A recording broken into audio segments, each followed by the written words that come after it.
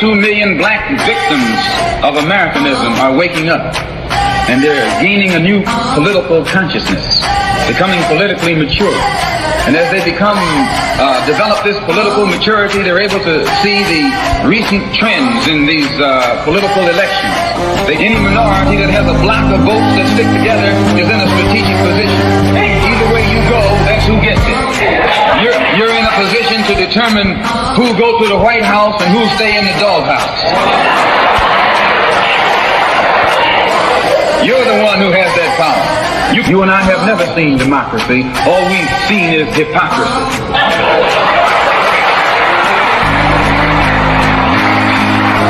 When we open our eyes today and look around America, we see America not through the eyes of someone who has enjoyed the fruits of Americanism. We see America through the eyes of someone who has been the victim of Americanism. We don't see any American dream. We've experienced only the American nightmare. We haven't benefited from America's democracy. We've only suffered from America's hypocrisy. And the generation that's coming up now can see it and are not afraid to say it. And are not afraid to say it. And are not afraid to say it. And are not afraid to say it. And are not afraid to say it. And are not afraid to say it. And are not afraid to say it. And are not afraid to say it. And are not afraid to say it. And are not afraid to say it.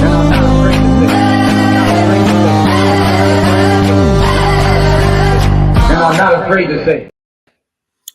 And are not afraid to say it. Welcome, welcome, welcome. You are tuned into People Black Westchester Presents the People Before Politics radio show, episode 363. I'm your host, AJ Woodson. Shout out to my partner, Damon K. Jones. He's not here today. Shout out to my co-hosts, all my co-hosts, Dr. Bob, Lisa Marie, Nero. None of them are here. It's just going to be me holding it down today. As you know, it is Women's History Month, and I have released a book called The Black Westchester Celebrates Black Women of Westchester. So I am promoting that everywhere. I want to thank everybody who came out to the last two book signings, last two stops on the Black Westchester Library Tour.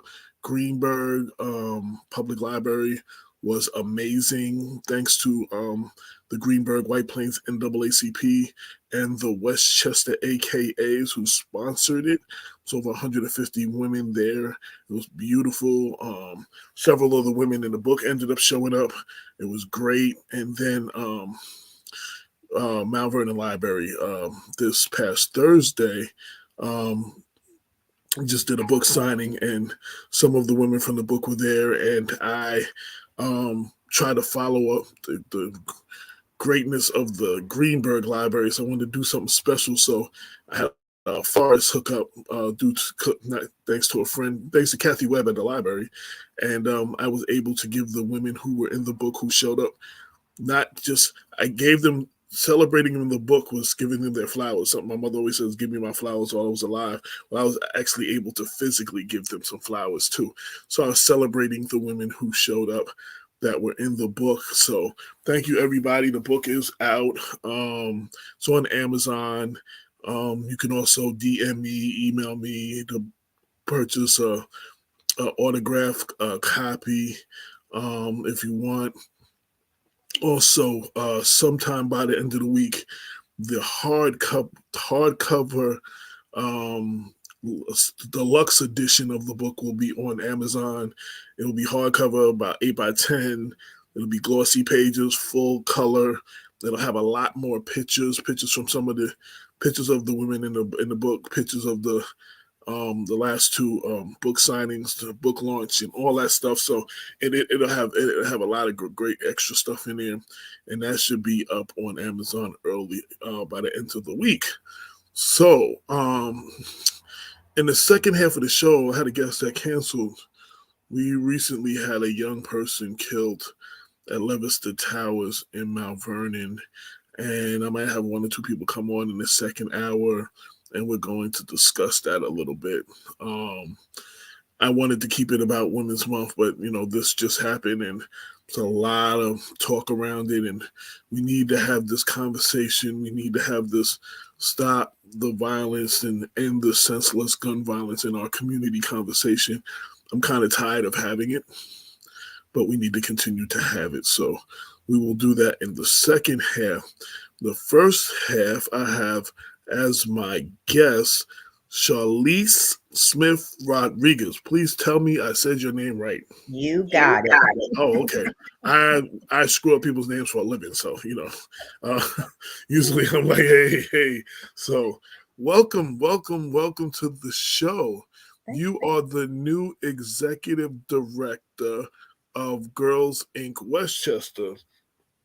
And for all of y'all who had my book, we celebrated the former director, Michelle Nicholas, who had made history when she became the director as the first person of color, the first immigrant, and is the organization's youngest ever director. Charlize and I were talking. Charlize may have broke that record and might be the youngest director now. She might have taken that title away from Michelle, but we're going to find out. But yes, I celebrated Michelle. Michelle's a friend of the show. We worked with her a lot, celebrated her achievements, and now I get to talk to the new executive director. So, how are you? I'm great. Thank you for having me. Yes. So, what does the executive director, first off, for those who don't know, because there are those who don't know, what is Girls Inc. Westchester? Sure. So Girls Inc. Westchester is a non-for-profit. We were founded in 2007, and we work with young women, ages or girls, ages 9 through 18 in underserved communities.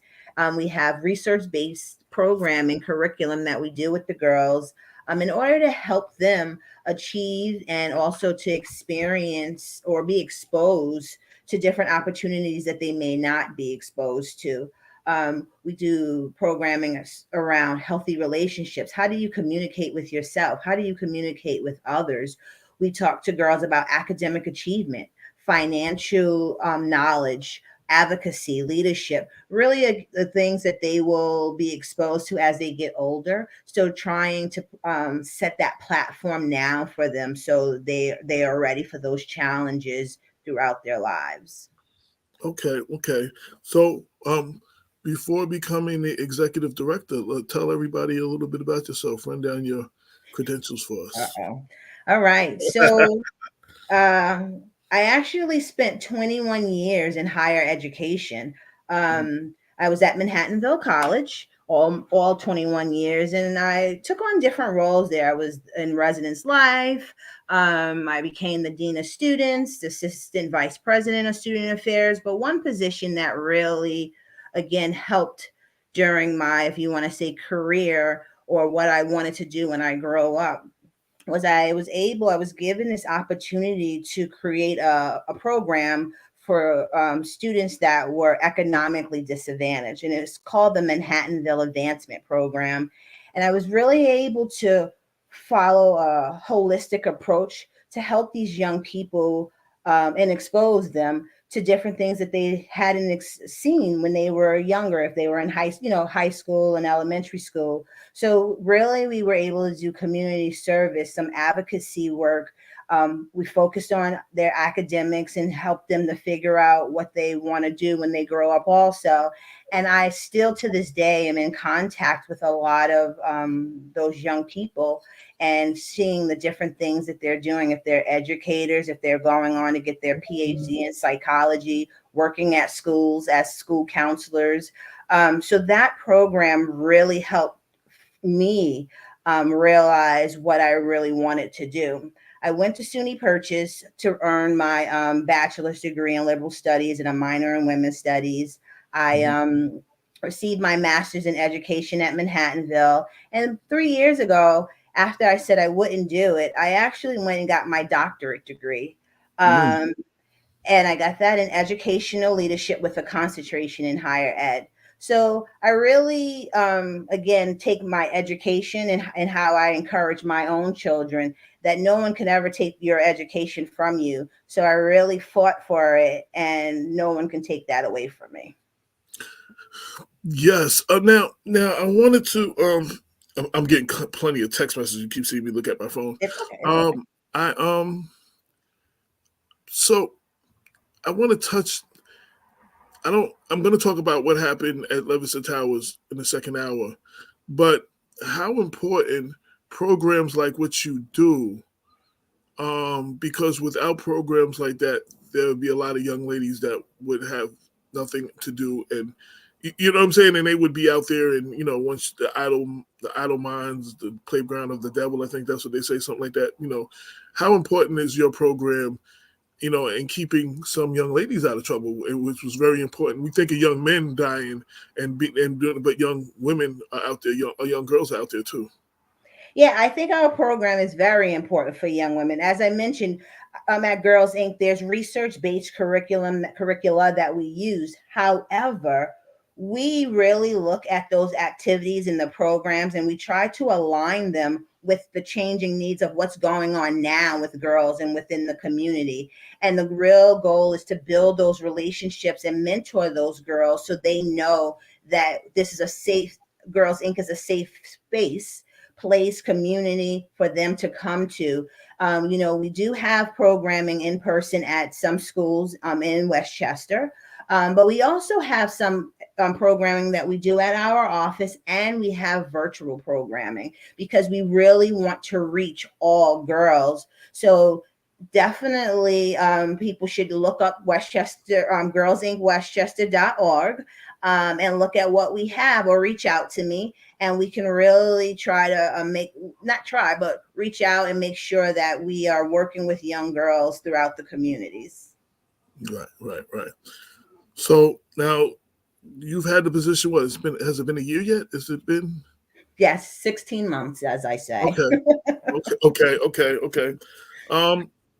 What have some of the things maybe you've been able to continue on or add, in the 16 months that they may not have had? Sure. So one thing, we have it's called a youth summit. It's for young women, again, middle and high school. And with Michelle and Monette, they were the previous executive directors and the director of programming. They were able to hold a virtual leadership summit. Last year, actually, and again this year, we're able to hold it in person. We'll be having it on May 20th at Westchester Community College. But I was able to continue that, if you want to say, and continue those efforts, because again, the topics that we talk about with the girls during this day event is really what is going on in their lives now. I don't want to give too much, but when the girls meet during the leadership summit, they're going to talk about the pink tax and how they can get allies to help with that. They're going to talk about the different programs within each of their communities and how girls should be aware of those and get involved. So not only through Girls Inc., but what else is going on in their community, so these girls can, again, align with programs to help them through their development. And then we're going to talk about healthy relationships. We're going to have someone there to help the girls. A lot is going on also with mental health. So giving them techniques or tools that they can use when they're having anxiety or stressed out, and what to do to help, calm down and just bring themselves back. So we definitely, the efforts have been great with working with, it's called the Girls Leadership Council. We meet once a month, first Saturday of the month for about 2 hours, and they have been graciously attending virtually and in person, working on this summit, ready to move forward. Another effort I've been able to do last year, and we're again able to do, is an in-person summer program. We try to make it where the morning is academic. So as you know, there's research that shows that kids alone throughout the summer months, they lose a lot of the knowledge, the education from what they learned from the previous school year. So the first 2-3 hours, we do some academic enrichment just to help build those skills and keep them refreshed in their minds. So when they start back in September, they are feeling grounded. And then in the afternoon, we lead Girls Inc. Experience sessions. So again, as I mentioned, we have healthy relationships. We talk about financial literacy. We're still putting together our summer program for this upcoming year, but I think we want to focus on like career and college readiness. So again, the girls are understanding it's okay if you're in 8th grade or 9th grade or 12th grade. Here are some skills. Here are things that you need to think about and to have, if it's a resume, if it's, looking for a job, if you're looking to start your college application. We're really looking to have those different activities for the girls. And we're going to continue to include wellness because, again, it's very important. You touched upon a lot of things real quick that we deal with here on Black Westchester. Mental health is definitely one of the issues that we've been highlighting a lot because it's something that our community does not like to deal with. And our young boys specifically, as men, as young boys, we're told to never let our feelings show, never let them show weakness. You know what I'm saying? So you're supposed to grin and bear it, get up. Like if you have a son and a daughter and the son falls, you're like, get up, be a man, get up. Your daughter falls, you're like, oh, you tend to her wound a little bit more. And we don't understand the difference that makes, with our boys. And then when you were talking about, the other thing that came to mind that's been a past something that I've been championing is, giving these children somewhere to unpack the stuff that they're going through. The incident where the young lady ended up stabbing another young lady, that was a lot of things had happened before that. And the children never got a chance to unpack it. And then, it was a drive-by shooting or something a week before that at the school, and it was shut down. And the kids never get to unpack that. And then, they said it's like they get PTSD, like if they're soldiers. I said the difference with the soldier is a soldier comes home from war. Yes. And they go to school in their war zone. They live in their war zone. They go to the store, and they never leave the war zone itself. Yes. You know what I'm saying? And soldiers are trained. Right, well, soldiers are trained, right? And when you don't get to unpack that, one of the saddest things was at the school board meeting. Mm-hmm. One of the mothers of one of the kids, the girl who lived, I guess was the girl who she was the one who got stabbed, but she lived. Her mother spoke, and she said her daughter doesn't want to go back to school. Mm-hmm. And she was talking about, then she talked about how when the mother was 17, she witnessed a cousin of hers stabbed. And, and you could tell in her telling of the story, and I have the video on Black Westchester for people to see it, you can tell she may not still have ever unpacked that and fully dealt with it. And now you could tell the pain was reliving in her when her daughter saw her best friend die. You understand what I'm saying? And at the same age, 16, 17. You know what I mean? So it's like generational trauma that, so these young people don't have a lot of safe places where they can unpack. And without that, you have it building up in you. And organizations like yours, long story short, sorry to be long-winded. No. As Denzel said in the interview, to make a long story longer, sorry to be long-winded, but that's why I appreciate organizations like what you do. Definitely. It's sad, but this is research that nearly 50,000 organizations out there are dedicated to women and girls across the United States. However, research shows that less than 2% of people giving to women and girls organizations, it's less. There's a funding gap. And we know, like you mentioned, boys need it also, but we know that, we need these programs for these young people, but, we're not getting enough funding to, because if it was up to me, or, right now we're in several schools, but I would like to be at all schools, or like I said to you before, having programs in our office that we can just serve 20 girls at a time, but just keep going so we can have these conversations.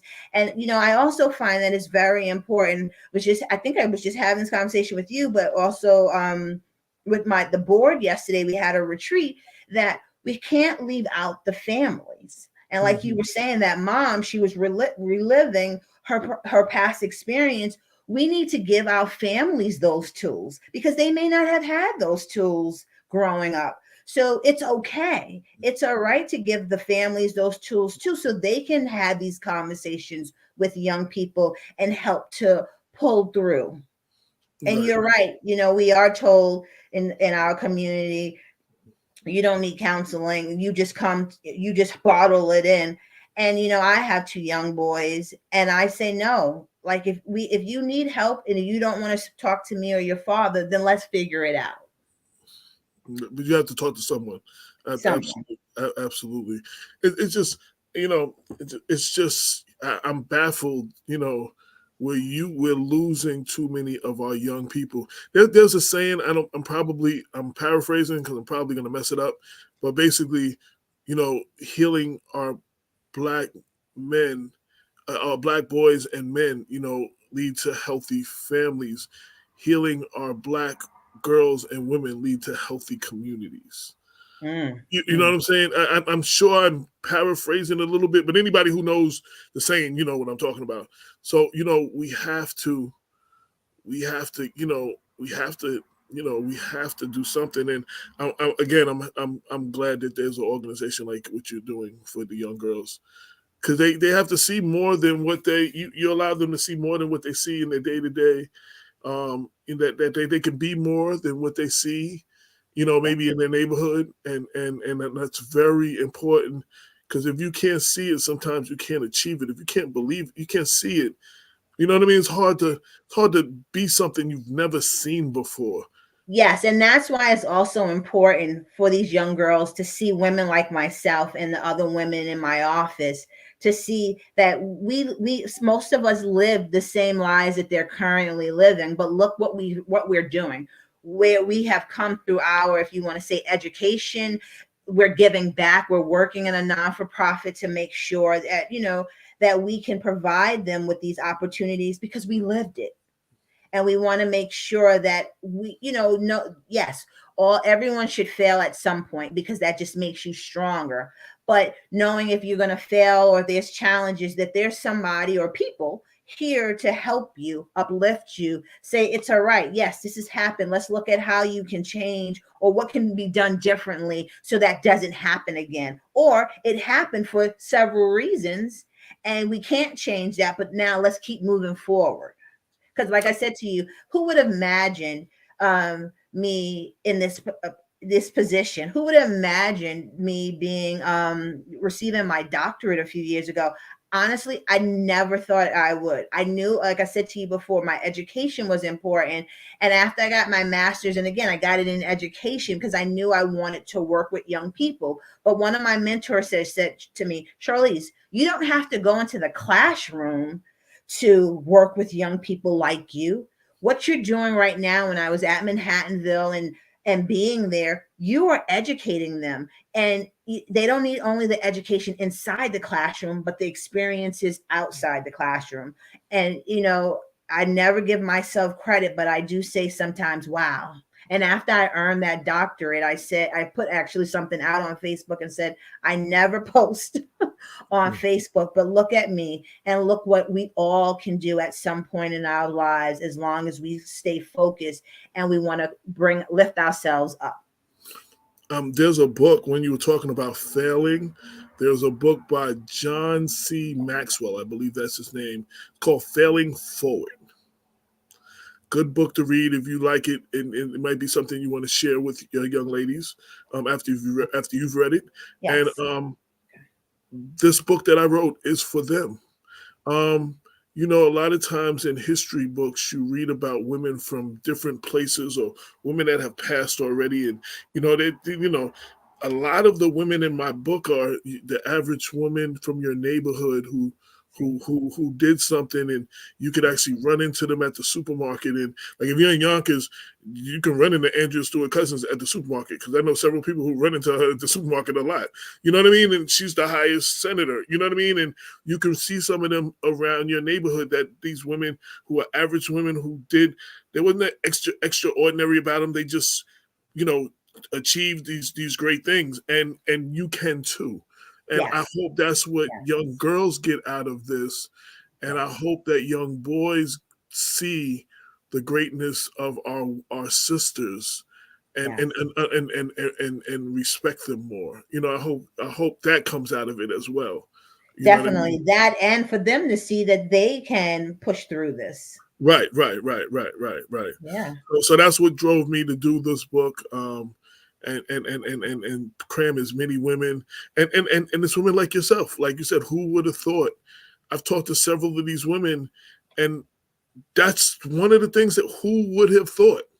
You know what I'm saying? Like, Yeah. and so you don't have to come from, some of them come from meager beginnings. You know what I'm saying? You don't have to come from money. You don't have to come from, hey, look, the story of Black Westchester, and I'll make it short. We started this with nothing. 9 years later, we're considered the voice of the people. They sent me up to Albany for the Black Caucus to talk to some legislators about an issue. Like, you understand what I'm saying? Like, who would have thought? Like, we would like the little engine that could in media. Like, nobody took us serious. We didn't have what everyone else had, and it was just a belief and faith and drive. And we have made a difference in a lot of people's lives. Not everyone we could touch, but and it was just because I felt like, like what I was saying, everybody has to do their part, and this is my part. You know what I mean? And somebody, and hopefully I encourage others to step up and do something similar. Like, I don't have to be the only one. I hope that there's 4 or 5 more Black publications, that cover, maybe a Black women's publication. You know what I'm saying, in Westchester. And I hope that I inspire others, young people, to sit there, because they're going to be the future of this. Yes. Yeah. And that's what you nailed it. If we can inspire them, and they can, if hopefully they're watching this, and again, I'm going to show it to our young girls, and they can see, look at what we're trying to do for our community. Hopefully they'll sit there and say, you know what? Wow, I can do this. I can lift myself up and take those steps to do great things, and want to do great things. Shout out to 2 people tuned in: Joanne Francis from the Youth Shelter of Westchester, and Sharon Salam, mother of Yusef Salam, one of the formerly called Central Park 5, now the Exonerated 5. She's the mother of Yusef. She's tuned in, so I wanted to shout them out real quick. Now, okay, before, I usually ask this towards the end, but so, if for people trying to get in touch with you, want to know more about the organization, is there a website, is there phone numbers, emails, is there social media? Can you share that with people? Oh, definitely. So if they want to learn more and they want to get in contact with me, if they just go on girlsinkwestchester.org. My information is there. The generic email is there, info@girlsinkwestchester.org. So they can see the different things that we are doing with the girls. If they go on our Facebook page, again, Girls Inc. Westchester, they definitely can see it. And anyone that's looking to donate, anything small or large, or sponsor any of our events with their corporations, they can also go on our webpage and do that. And we have coming up April 20th at Glen Island Harbor and New Rochelle, we have our annual gala. And that's where our donors and I would say my family, other people's family and friends, they get to meet some of the girls, and they get to hear the girls' experiences. We have some girls that will be speaking that's only been a part of the program for a year, but we also have some speaking that's been a part of the program for 8 years. But that's an opportunity for them to be able to hear and see the work that we are doing and the work that we want to continue to do. So if you're available, Again, April 20th is the Girls Inc. Westchester Gala at Glen Island Harbor in New Rochelle, and all the information is on our website. And for those who are watching, and I didn't share this on Black Westchester afterwards, and there's a lot of times people will watch stuff afterwards. They don't get to catch it live, but they'll watch it later today or maybe 2 and 3 weeks from now. I want them to hear me say, and I want to that we talk about there's not enough programs for the young people. It's one of the things we complain about, especially in communities like Mount Vernon. But overall, that's what I hear throughout the county. When we find organizations like Girls Inc., we need to support those organizations. That's, like I said, everybody has to do their part. Sometimes that's somebody's part. You know what I mean? Like, everybody's not going to be on the front line like you and myself. Everybody's not going to be doing what you and I do. But then, sometimes you need to support the people that are doing it. And even, people like, oh, I don't have any children. That's not my, yes, it is this is your community. It does affect you. And they're our future. And they're our future, right? These are going to be our future elected officials. Somebody asked to come on at 7. Yes. So, and more importantly, on the radio. No. Can you come on at 7? Can you come on at 7? Okay. Yeah, I this one thing about being a one-man show, like, I'm the chief cook and bottle washer. I'm the editor. I'm the report. I'm the editor. I'm the writer. I'm the marketing department. You gotta do what you gotta do. I'm the producer of the show. I'm the host, the only one that shows up all the time. Like, everybody else has their days off, but I very rarely have missed any shows in 9 years, going on 9 years. So, it's like I'm booking. I'm actually getting people. I'm talking, trying to get a couple of people to come on 7 o'clock to deal with this situation. But it's I will be in my car if that's okay. That works. Yeah.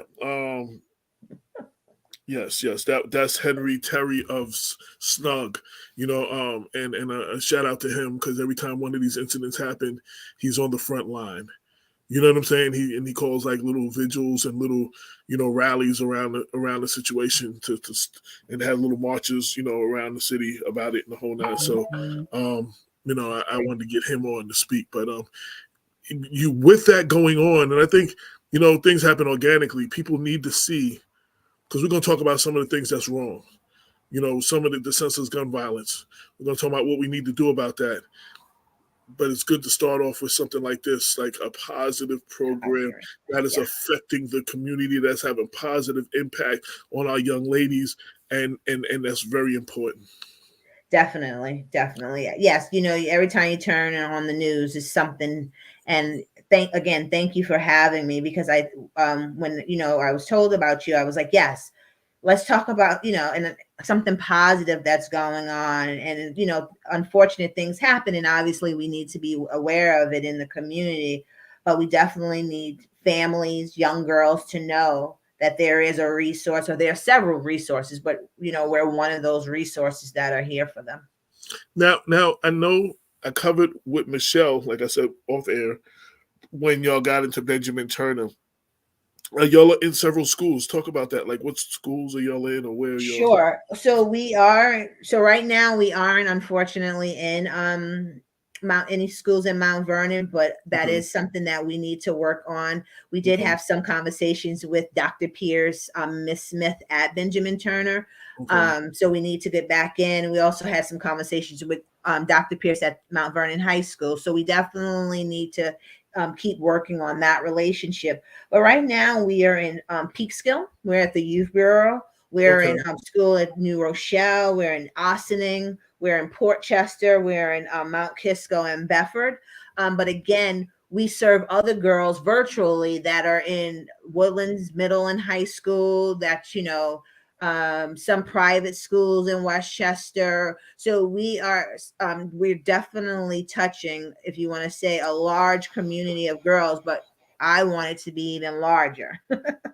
Right. And I asked that question because next week I will have Mount Vernon City School District Acting Superintendent Dr. Kim Smith on.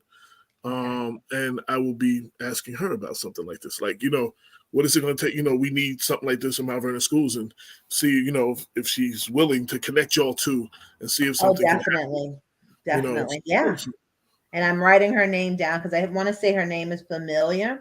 Right. I want to say we have been in contact, but I'm just writing it just to be sure. Dr. Kim Smith. Yeah. She'll be on the 7:00 hour next week. Okay. The 7 to 8, yes, the second hour of the show she'll be on. She's the new acting superintendent. Yes. I haven't really covered in great detail, but there's been some stuff going on, investigations and stuff, and I think the superintendent she wasn't fired, she was reassigned. And some people didn't read and said she resigned. No, she was reassigned.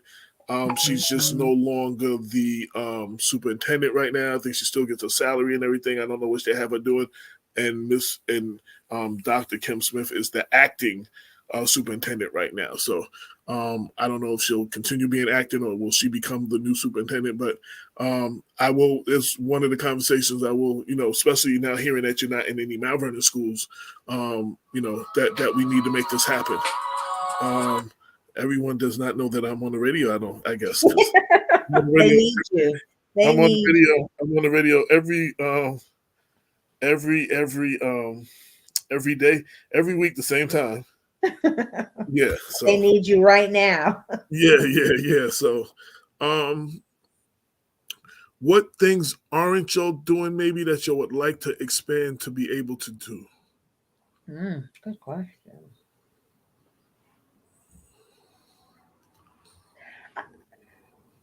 Again, I think, and I know I said this already, but I think we have, if you want to say what we need to be doing, I just want us to touch more girls. And, part of my role is really to go out to the different communities. So not only at the schools, but go to other non-for-profit, go to other organizations to tell them our story and to tell them what we can offer, and see if we can get into their organization or their sites. So I think that's what we need to do more of. And that's one of my goals, being in this role, is to, again, touch all girls. Right. So I would say that's a challenge, but a good challenge. No, absolutely. Anything I didn't ask you that you want people to know, either about you, about the organization, the state of our community, as far as, like you mentioned a lot of things, mental health and the healthy relationship part. That's what you mentioned. And I definitely didn't want to not touch upon that. I think my partner, Damon K. Jones, he's in the health and wellness. And he's wrote several books. And during COVID, he got certified as a wellness coach. And he got several certificates. Okay. And he's wrote a couple of books, including Black Minds Must Matter. It's on Amazon. Damon K. Jones. Just put in Damon K. Jones at Amazon. And there's like 5 books. One is about eating healthy. One is about juicing. One is about Black Minds Must Matter. One is about the divine masculine. One is about something else. But the whole thing, when we're going to do wellness, we're doing wellness, health and wellness, the last week of the month all the time. I think we're starting this month. Okay. Yeah. So we're gonna have, I forgot who the guest host is. I can't remember. But we're going to be addressing that every month. And one of the things, and we just had a health forum. He had for Black History Month. He had a health forum at Mount Vernon Library. And one of the things we talked about, I moderated it. What you eat and what you put in has a lot to do with your mental health as well, and how all of these things work together. So they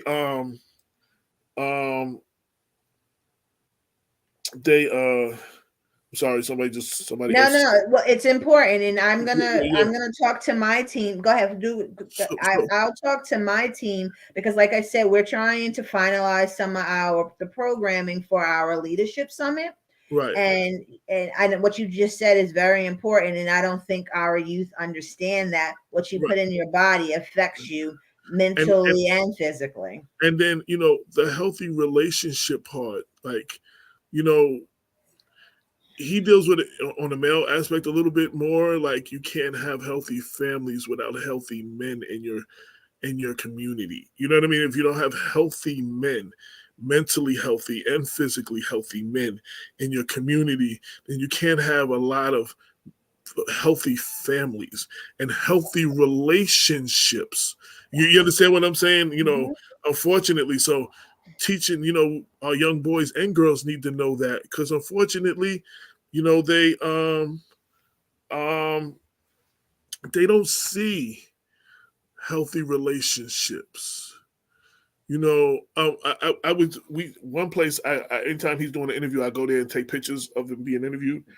One interview he did, the host was saying one of her girls, she does hair, so she was like, she's doing the lady's hair, and the lady whose hair she's doing was like, yo, her husband wanted them to see counseling, and she called her husband a punk.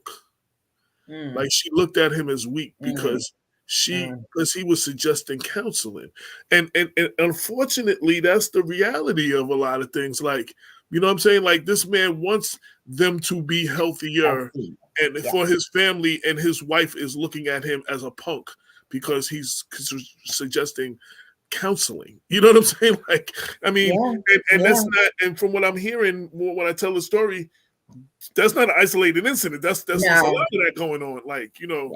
like Yeah. we look at our men as weak when they talk about counseling. You know what I mean? And or seeing a psychiatrist or something like that or whatever. There's nothing weak about it if you're trying to get your mind right and want to make sure that you're fit. You first is physically and mentally fit to make sure you could take care of your family. And that's something that part of our healthy relationships, like I was saying earlier, we provide the girls with tips. But now, now that you also said that about women or girls saying this to men, maybe we should look at that too, to Right. make sure that we are encouraging not the girl to know that yes, everyone has to be healthy for themselves before they can be healthy for anyone else, but encourage it. If it's a male or a female, encourage them to seek that out or to do it together, You, you because know, there's nothing wrong with it. while many men might disagree with me, uh, most of what we do is because of women. For real. Like, no, you get good grades so you can get a good job, so you can have money, so you can get that woman. You know what I'm saying? You want to have a nice car, it's to attract that woman. Like, you understand what I'm saying? Like, yeah, a lot of guys who work out and they're all buff and they physically all this stuff, so they can walk around and be attractive to these women. Like, so if women are encouraging that counseling is weak, then men are not going to do it. You understand what I'm saying? Like, oh, I men should, hear you. Yeah. and I'm not putting it all on women. Men should be No, able to no, no. do it, but we do a lot of what we do for women. So if you have a woman who understands the need of that and will go through that with you and will encourage you through that, more men might actually seek that. You know what I'm saying? And Yeah, it it should goes take back. but women have a certain, y'all have a certain power, like, of what goes on. I'm sorry. I mean, it is what it is. Like, we do a lot of what we do. A lot of men don't. A lot of men don't admit it, but they do whatever they did to impress some woman that hopefully became their wife, or until you meet that woman that is your wife. You did whatever you did to try to impress someone, or to be in a place to be impressive to attract that person. Yeah. Right. Again, talk what we've been talking about within this last half hour, 45 minutes. We need to uplift one another and encourage one another, and to make sure that we are healthy not only for others but for ourselves. And that's how personally how I see it. I Because like had I the said to you, I have two sons and a husband, And you are right in regards to, yeah, they look to me to be the strong one, to be that one to guide and encourage.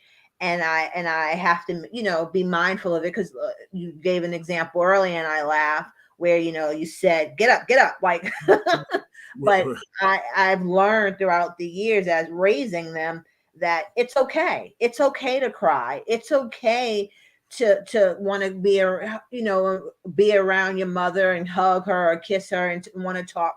It's okay. So we have to make sure that we're showing it to our kids, so they know that it's okay when they're out there with their friends or other people. And boys and little girls too need the love of real men, like real men, real healthy men. You know what I mean? Like you need to see that love. And I also had that where my sister, where they gave her more love than my dad didn't have that example from his when he grew up. So men didn't say stuff like "I love you." So I mean, real talk. There was a time that I was little. I didn't think my dad loved me really, because he told my sister that all the time. I never heard him say that to me. You know what I mean? Then later in life, as I became a father and we became close, and then especially he had a car accident that he's in like '96 that somebody, the last day of the Olympics, they in Atlanta, they ran a light, smashed his car, left him for dead. Like they didn't know if he would survive the first 48 hours. So anything after that, I realized was borrowed time, and we realized that we had never had that conversation, and every conversation we had evidence since then. And he just passed September 2021. So all that time, every conversation we ended with "I love you, man." Mm-hmm. Because we never said that to each other. I never said it because he never said it to me. Like, and then I thought that men's not supposed to say that to each other. You know what I'm saying? Like, there's something wrong with a real man saying "I love you" to a real man. Like, just the whole society thing. There's an image of the two stars of Creed expressing their brotherly love for each other, and people are like, "Oh, that's gay," and they're like, "Oh, listen, all that," and you know what I mean? Like, and they just expressing their admiration for each other as men. So we have a problem with that in our community. That's another thing. There's a lot of things back on all of that, but what you're doing is a great thing, and I applaud you. And anything I can do to support what you're doing, anything I can help build up what you're doing, please, to uplift. I being a one-man band, I cannot always go out to everything that I am invited to. People are very unclear about that. Like, everybody wants me specifically to be there, but I got to do the work. And now, then I put on myself to put out these books. I did 2 books in 6 months, and I'm working on my 3rd book. Like, I needed more work to do. I was already overwhelmed with 6 hours a day. So, but anytime I can, I would be there, and we can cover stuff that we can cover. And if you have issues that and if you have any older young ladies that work for you, that are in your organization that want to write about what's going on, it's available. This is a community newspaper, and we really need to hear what's going on from the youth. Sometimes hearing from the youth for some of these situations, hearing from the youth is very important. I'm 57. I'm 57, and as much youthfulness as I think I still have, I officially no longer speak for the youth. I'm clear on that. I'm not old. I'm older, but I don't speak for the youth. So I have to encourage some of the youth, and hopefully, maybe somebody will get into writing or something, and get into, writing professionally or something because of some, having some articles written with us. So.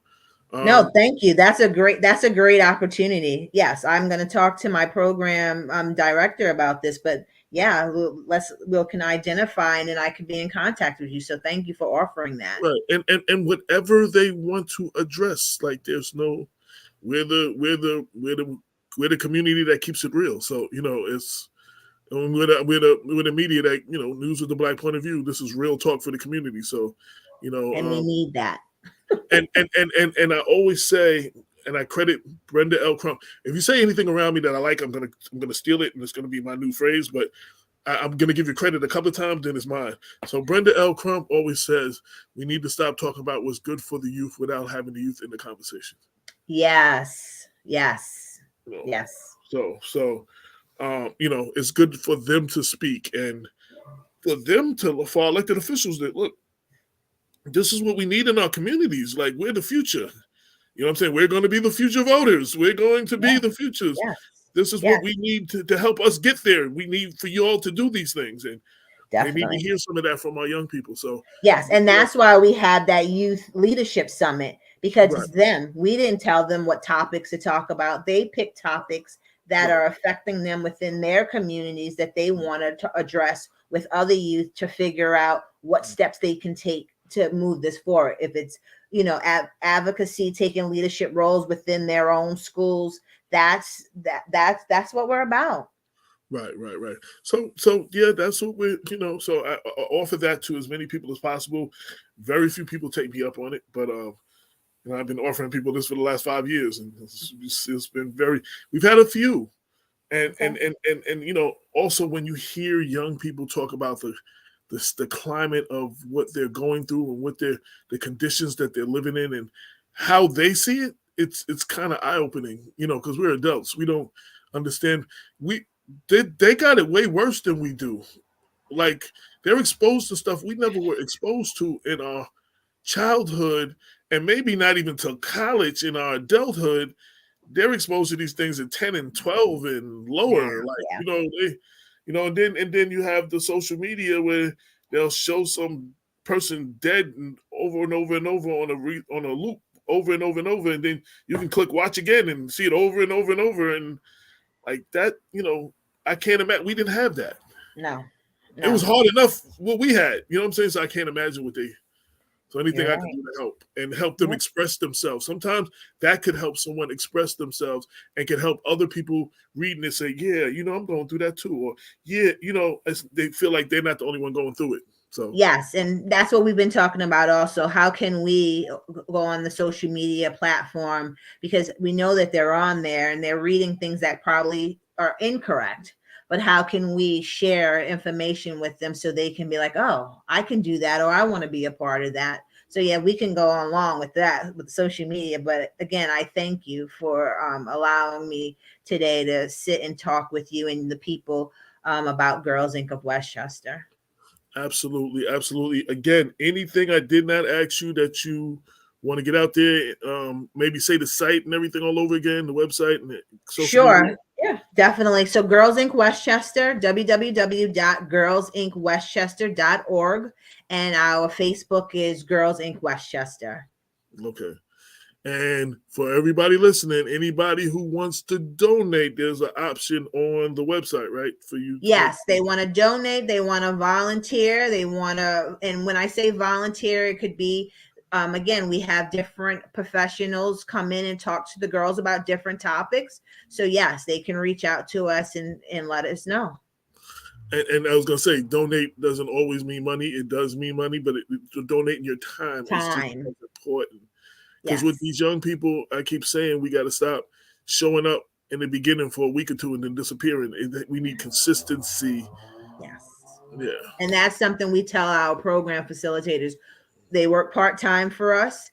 We say we're not looking for someone to be here for 2 months, 3 months. You're working with these girls. They're building relationships with you. So we want that consistency. We want you to be there wanting to give back to these young ladies.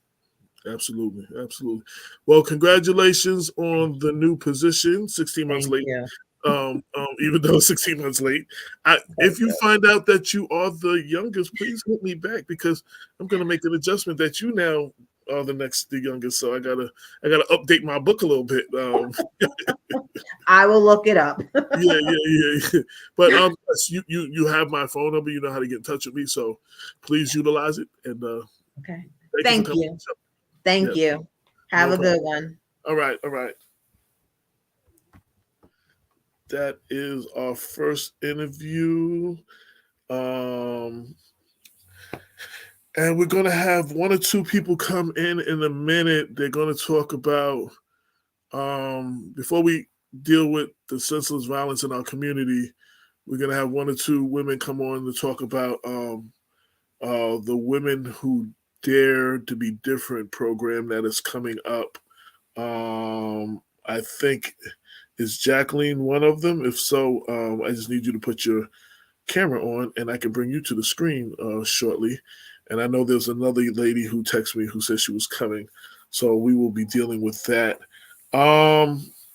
Yeah, we need to support our organizations like Girls Inc.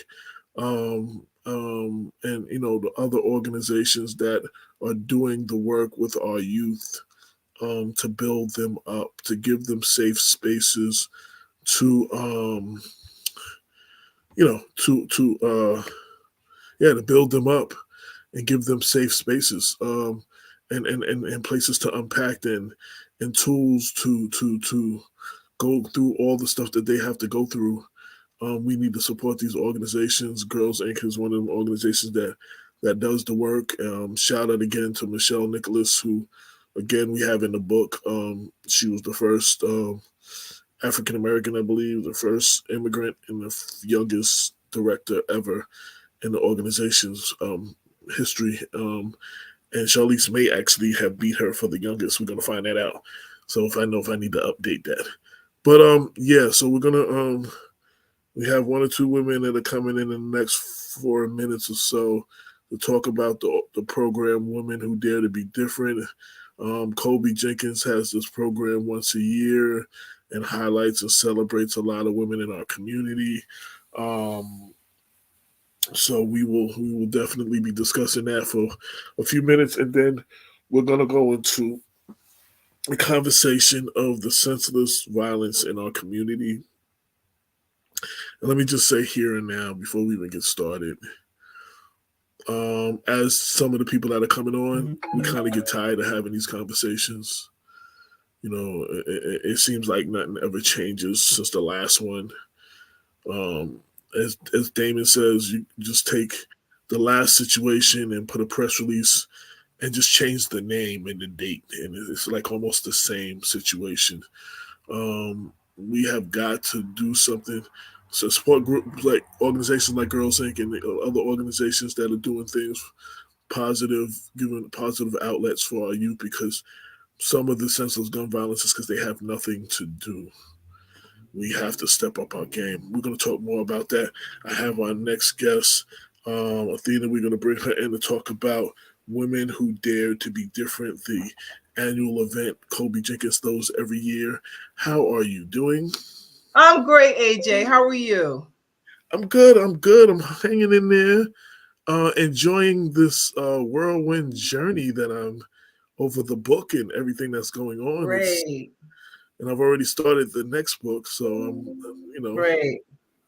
Just rocking this out as much as possible in this library tour, and I'm just good. Yeah. And awesome. in the spirit of Women's History Month, there are a lot of women behind the scenes that are making me look really good. That's awesome. I get credit for a lot of things. There's a lot of women behind the scenes. Those nice little mugs you seen. There's a woman who made that. Those dear Black woman, I love you pins and the logo. That was Cynthia Turnquist Jones that made that. You know what I'm saying? There's so many women behind. My daughter is the one who made that beautiful cover. There's a lot of women behind the scenes that are making me look really, really good right now. So that's so shout awesome. out to all of them, and shout out to all of them, all of y'all. So, how are you doing? I'm awesome. So tell me about this. I know about it, but for those that don't know, what is Women Who Dare to Be Different? So I do not get the credit for this phenomenal event that's held every year at the Theodore D. Young Community Center in Greenburgh. This is the brainchild of Kobe Jenkins. Unfortunately, she couldn't join us this evening because she is recovering, but she sends her well wishes. So Women Who Dare to Be Different, it is an awards ceremony, but it honors phenomenal women all over New York State who are doing great things, whether it be politics, education, community service. She just felt that there are just so many phenomenal women who are doing phenomenal things in their community, and they do not get acknowledged for whatever reason. So Absolutely. she wanted to shine a light on those women. I am a former honoree from 2016. Um, I've been doing community service for over 30 years. I am a small business owner, a community advocate, and I am in 3 nonprofit organizations. So for her, when I got the call, I actually was shocked. I really was. And I said, why? I did. I said, why are you honoring me? And she told me why. And I just felt very honored and humbled. So, and I've been going ever since 2016. I am a co-host now. I volunteer. We transformed the space into a beautiful hall. Mhm. Flowers. We have small business vendors that come in, all women. And this is Oh, just the and me. Yes, I was going to put you in. And yes, we have the one and only AJ Woodson there, with his books, and it's just a great way to just honor women who are just doing just great things. And not only women, she also honors young ladies. These Yes. are high school seniors. She honors them for their academic achievements and also their community work. So that really is a great thing to just let young people know that we see you, we see what you're doing. We see that's not only the fact that you are going to school, you're making good grades, but we also see the fact that you're giving back at such a young age to your community. So, this has just flourished beautifully. One year she honored Andrea Stewart Cousins, Simmer Brandon. She's honored so many people from so many different places across New York State. I remember she honored, she's a volunteer in the school system for 25 years. And the lady, she cried so much because she didn't think that, anybody was really paying attention to that, but somebody was. Yeah. So this is coming up on Saturday, March 25th, which is just around the corner. It's going to be held at the Theodore D. Young Community Center from 3 p.m. to 7 p.m. And the tickets will be they actually are on sale now at eventbrite.com. So you can go on eventbrite.com and just type in the name of the event and it'll pop right up. I've been there the last 2 years. The first year as media, she needed me to actually videotape and cover the whole thing and provide pictures and stuff. Last year I actually went with my book, and I'll be there. She asked me to be there this year, Right. and I think it's really fitting this particular book to be there, where Right. I'm so honoring as many Black women in Westchester as possible. They'll need to be a part 2 and a part 3, of course, because Of course. I couldn't have fit. It'd have been 2,000 pages, and I still would have forgot somebody. So, that is true. But I again, like her, I wanted to acknowledge not only Andrew Stewart Cousins, the Andrew Stewart Cousins of the world, but some of the unsung heroes of our community, and some of the young people in our community, like this young lady who graduated Mount Vernon High School. She got a full ride from all of the Ivy League schools, and she took Harvard, and she's the first Black female in the district's history to get a full ride to Harvard. I wanted to celebrate her as much as I celebrated Andrea Stewart Cousins, because she's the future. You know what I'm saying? So, and I thought that was very important to celebrate her. And so I support this program, and whatever I can do to bring light to it and continue to shed light on it, I will always do. Absolutely. So is it okay if I just tell you a little bit about what's going to be? Please, who's going to be, what's going to be, what, the whole, who, what, where, and why. Yep. So besides honoring and, these phenomenal women, I belong to actually one of the honorees last year, Jacqueline Love Calloway. She's on, but she didn't turn on her camera. So. Yes, and I'm going to introduce her because she definitely would like to speak about the school. But I am also a part of J Love Fashion School for Etiquette, Inc. It is a nonprofit organization, but it also a premier school for modeling etiquette. And how I came on that board was many, many years ago. I was trying to break into modeling. I went for a casting. I met her, and what she's doing, nobody else. Wilhelmina Ford. Um, she actually trains people with disabilities. I have a son who has autism. He's 23. He's high functioning. I spoke about him. She said, bring him into class. I brought him in the following week, and the rest is history. My son has been with Miss Love for 11 years. He is a professional runway model. He has been featured in 3 magazines and 3 newspaper articles, the Caribbean Life newspaper, Black Westchester magazine, and also the Harlem newspaper.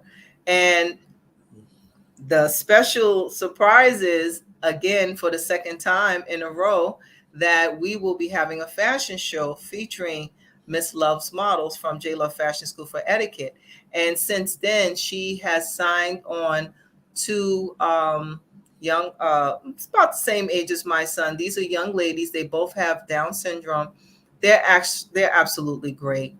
They have a lot of style, personality, very sassy. And, this school is truly about bringing to the forefront what children of color can do. So I am going to let Miss Jacqueline Love Calloway speak. Jackie, are you there?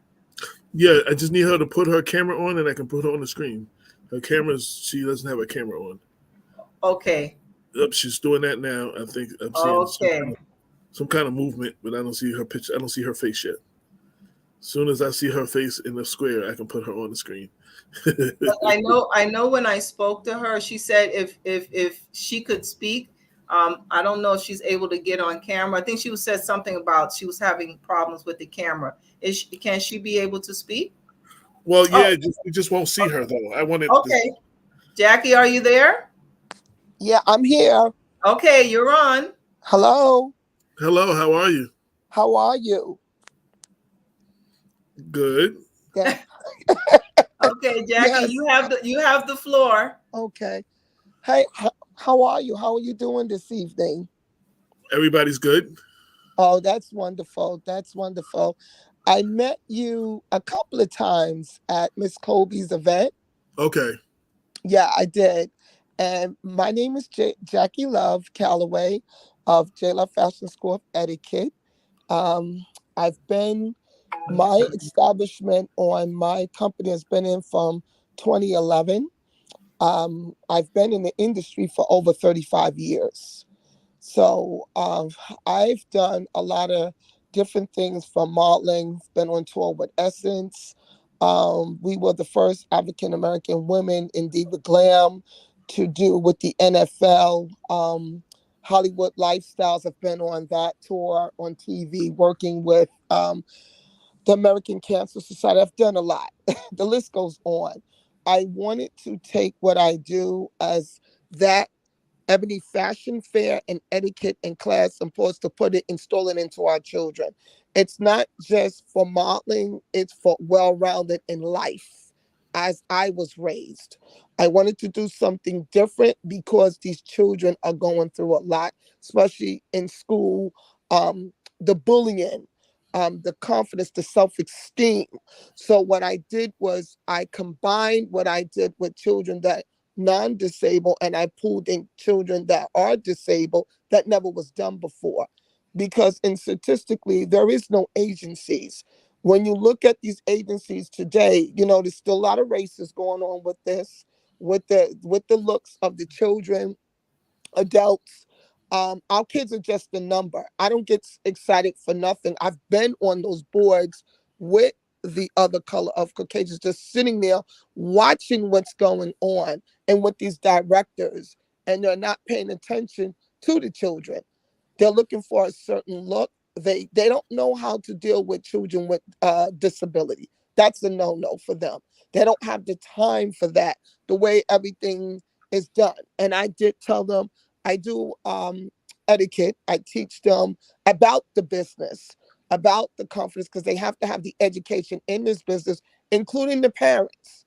It's not what you see on TV, as what Tyra Banks and Naomi Campbell spoke about of this generation. It's a journey. It's a journey. They have gone through so much to get to that point. We don't see for the next generation of our children.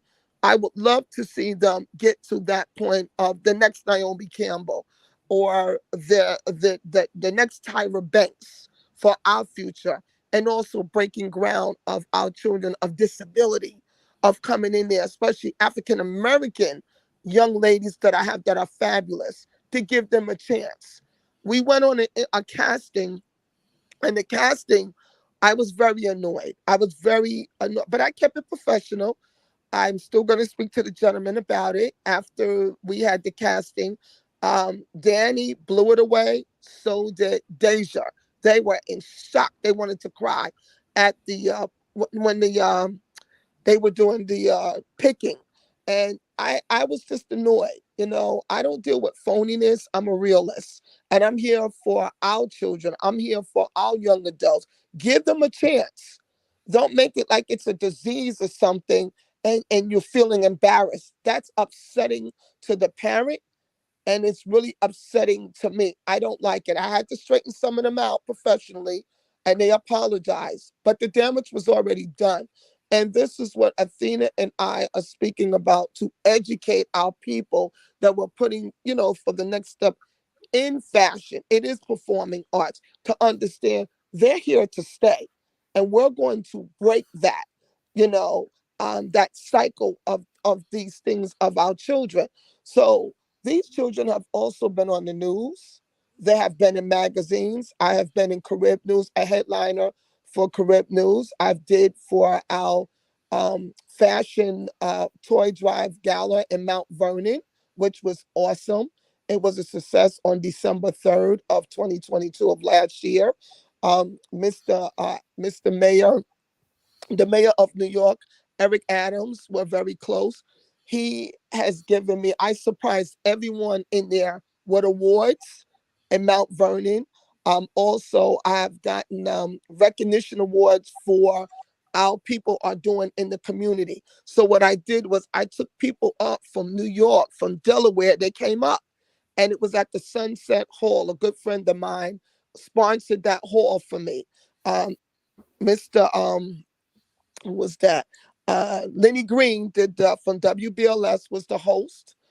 We also had Little Nat that is going to be proceeding on getting award this year from Miss Kobe Jenkins from DTF Radio. She was amazing. We had some special guest people that came in. The kids were awesome. Miss Drew Pass, what is it? Drew, what is a podcast, right? Athena? Podcast, yes. Yes, they came. They were amazing. Covered everything for that event. And we had News 12 that came in, and everything was superb, on point. People are still talking about it. They're waiting for the next event. I did get a lot of calls in, and I'm working on something now with the mayor as we speak to do something at Gracie Mansion, which is going to be approved. So we're waiting on that. And that will be amazing for Juneteenth. And Mr. Eric Adams said, I'm aboard. Let's get this done. Because we spoke about it before he went into office, because I deal with a lot of the politicians also in New York. So they know my work. They see what I've done for the years. We're working on a building, which is great. We want to bring the building to Westchester. And I know it's going to be there. There's something different for our children, and having cars to come out to the different boroughs and bring them up to Westchester. I think that's a great move. I've just been praying to God about a lot of different things, because my school is a ministry. We're doing very well. Everything is coming out very well. And I am blessed. I'm thanking God for everything that's coming my way. I'm getting a lot of references, which is That's great. what's up. That's what's up. Mhm. Can you for people that want to know more about the school, give a website, social media, any contact information so they can get in touch with you? Sure. My Instagram is at Jacqueline Love 097. They can messenger me there, or they can go on Facebook. My Facebook is Jacqueline Love. It's with a beautiful headshot of me. In the back is an orange background. That headshot has been on the cover of Urban Biz magazine. I've been doing interviews and I just hit the cover of that beautiful magazine in January. So they can see that headshot. They can always messenger me on there. Also, I have my website is Jackie Love, F as in Frank, S as in Sam, E as in Edward .us. They can go on and look at the work up there on the website, but they can always get in contact with me definitely through Facebook and Instagram. Okay. Thank you, Well, Jackie. Mhm. any last words about the upcoming event, Women Who Dare to Be Different? Yes. I just wanted to mention that there will be a silent auction. Myself and some of the other small business owners, we are donating our products for the silent auction. These will be products that will be very costly, and the proceeds will go to the J Love Fashion School for Etiquette Building Fund. So Okay, well, again, I will donate a book then too. oh, thank you so much, Thank you AJ. so much. Thank you. Yes. And Yes. so again, the tickets are on sale as we speak on eventbrite.com. Just type in the name, 9th annual. Actually, this is the 10th year. Yes. 9th year COVID, of course we couldn't do anything. So Colby Jenkins is actually celebrating 10 years. And the guest speaker is Latish James, the Attorney General for New York State. So we are truly looking forward to the event on March 25th. I will be there as always. And I wish you all well. And Thank you. we have to have you Thank come you. back on in the future to talk more about the school and what y'all are doing and stuff like that as well too. Thank you Great. so much. All Appreciate right, you. AJ, thank you so much for And, having us. and congratulations, Mr. AJ. Congratulations. Thank you very much. Thank you very much. I appreciate that. Thank you. Okay. Okay. Yes. So we are going to be switching into our next conversation. I'm waiting for the guests to actually come on. Joan Francis, Henry Terry, and one or two others. If you're listening to me, please sign in now so we can start this conversation about the young man who was killed the other day and another call to end the senseless gun violence, senseless violence in our community. I know we all get tired of having this conversation, but it is necessary that we do. You can log in there. Yeah. I'm just texting our guests. Let them know they were sitting there watching it. They can log in now.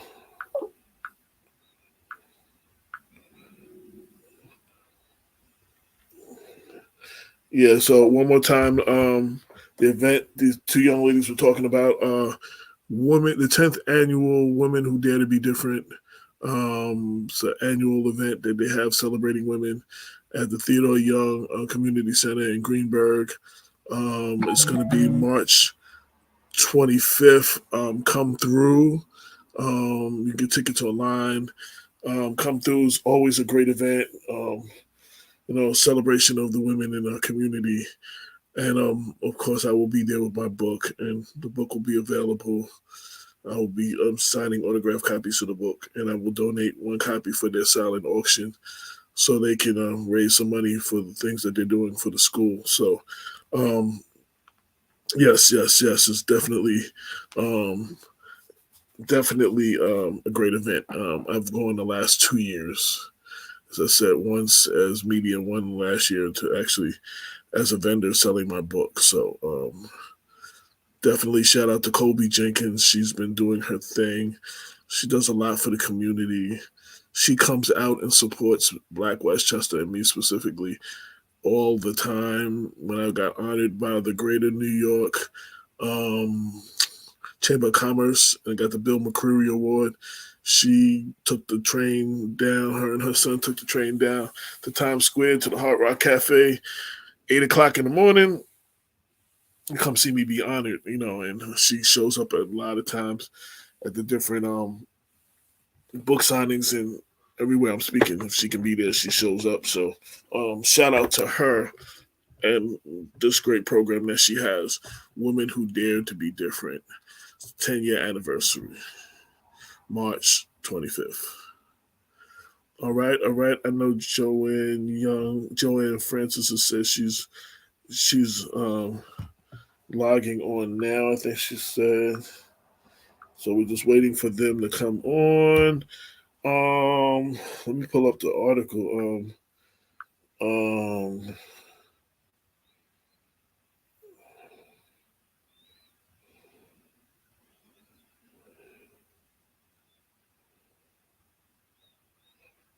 for the people that don't know what I'm talking about.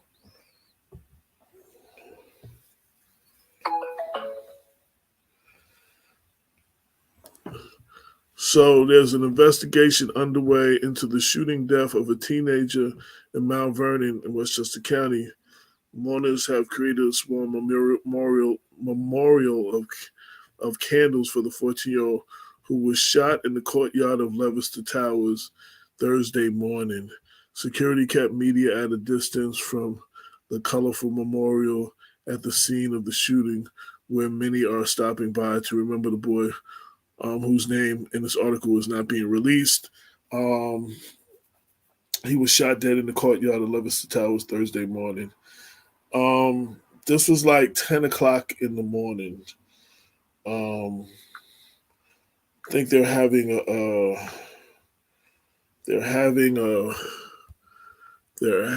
a vigil tomorrow. If I can pull up, so we can find the email. I know I got a flyer for it. It's tomorrow. Here it goes. It's a vigil tomorrow. Bear with me, people. Yeah, prayer vigil tomorrow. So I can load that up and put that on the screen so y'all can see it. Okay. And yes. Welcome. Welcome. Only you could get me, from dinner and getting kids in bed to jump on a radio show. I didn't mean to interrupt you. Okay. But I mean, I said before, I know we're tired of having these conversations, but it's kind of still necessary, and it's a shame. So I was saying tomorrow they're having a prayer vigil for the young man. Trying to pull up the flyer.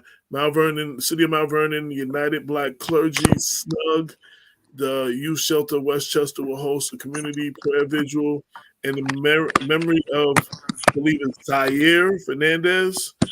Let's Heal Together, Monday, which is tomorrow, March 13th at 6 p.m. at Leicester Tower Courtyards.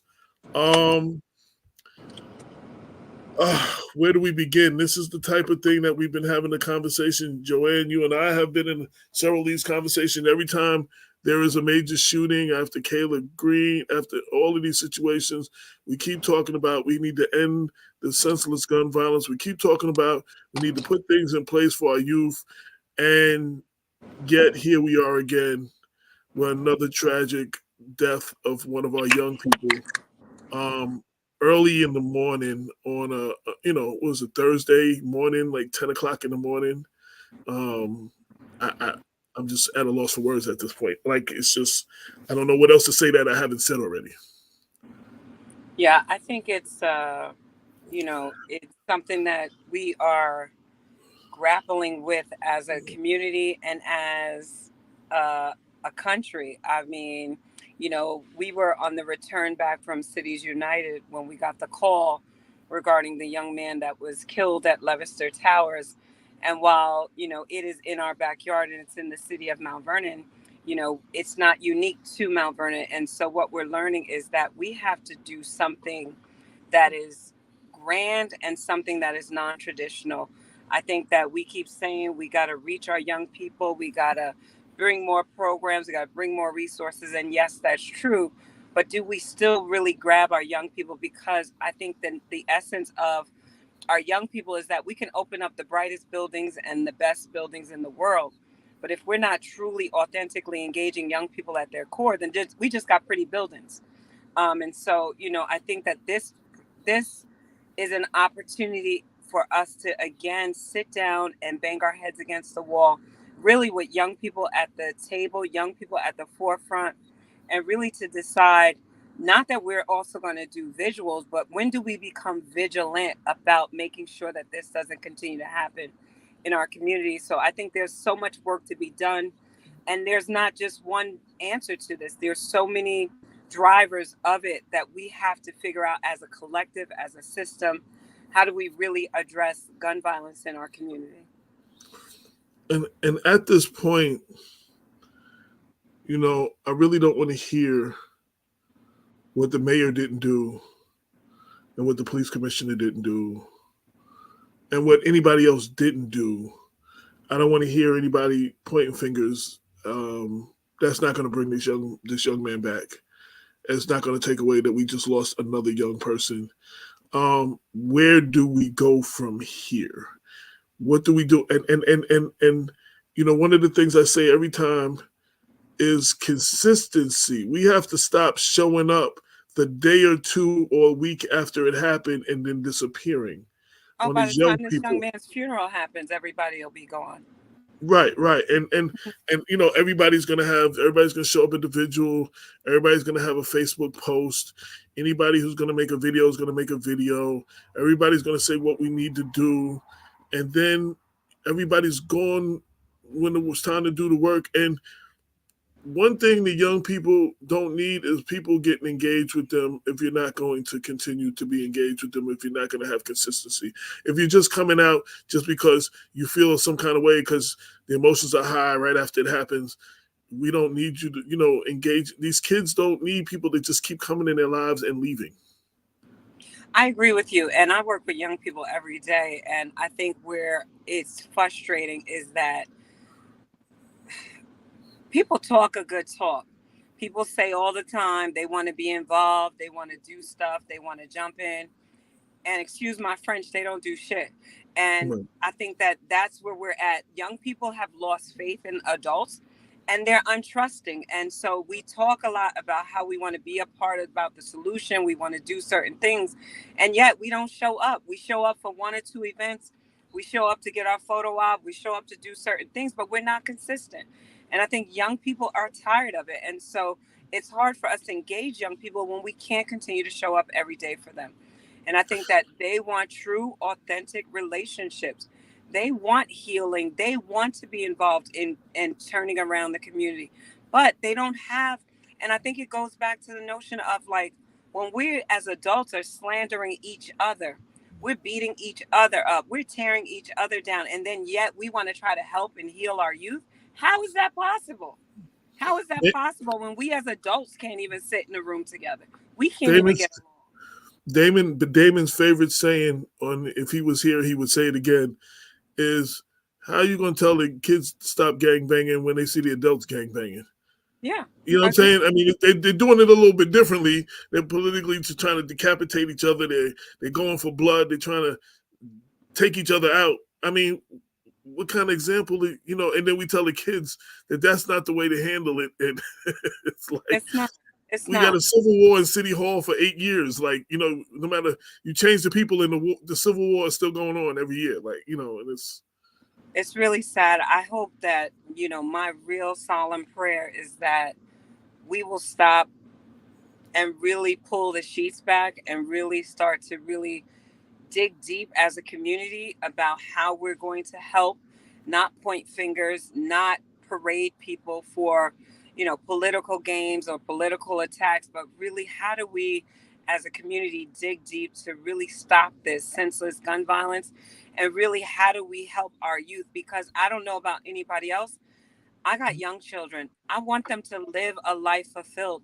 My daughter's 4. I want her to grow up. My son is 6 and 9. I want them to be able to go to church and go to the park and go do laundry and not have to worry about being outside and being shot or anything.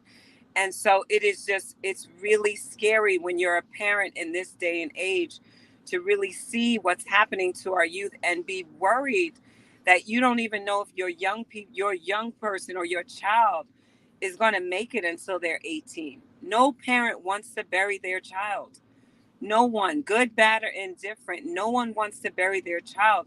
And so I challenge everyone that feeling the pain of this mother who has to now bury her child is back, like even when Kayla Green's mom. But if you're feeling something, do something about it. Stop talking, stop posting, stop saying, don't tag me in nothing. Show me, trust your actions and not your words. People want to post and do all kind of stuff, but yet when it's time to show up, nobody's there.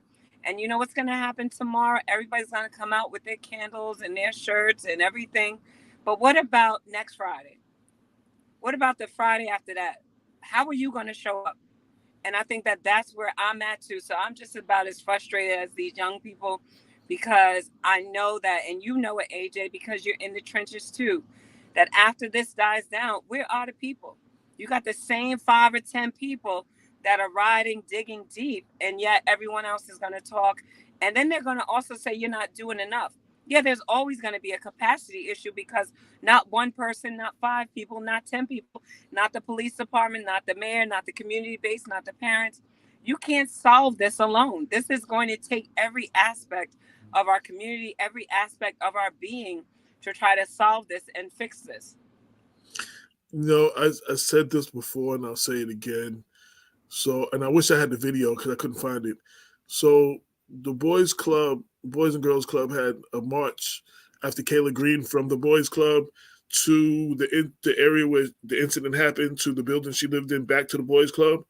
And before they got started, one guy got up on a chair, young guy, and one of them, and he was like, "Listen, we can no longer count on the adults who keep promising us these things to solve these problems for us. We have to solve it ourselves because we can't count on them." This is one of the youth saying this, you know, and loudly and proudly, and to much applause from the other young people, because they hear these things, you know, they hear these pretty speeches and I'm going to do this. And they hear from every elected official or candidate that's running. And you know what I'm saying? Everybody who wants to just get their name out there or whatever. Like, I'm going to be honest, I wasn't even going to talk about this, but this happened a block from my house. Yeah. I live a block from where it happened. I was meeting with my pastor, Pastor Poe from Centennial. He heard the shot in his office. You know what I'm saying? Andre Wallace was actually campaigning in one of the buildings getting signatures. You know what I'm saying? And it's like, yo, but I heard it. I mean, I didn't hear it, but it happened a block from my house. And any given day, I could be walking down that block and I can catch a stray bullet from one of these situations. Every block around, so far, my block is kind of Switzerland, and it's been that way, and God, let it stay that way. But every block around me, you go to past the corner in any direction, people have been killed. There's been shootings at the Dole Center. There's been shootings at 8th Avenue, the store around the corner, all up and down 8th Avenue. You know, all of 5th Street, all 4th Street. And I'm like, yo, you know, I live in the middle of this. And it was just like, how do I not say something? But how do I not keep saying the same thing I said over and over again?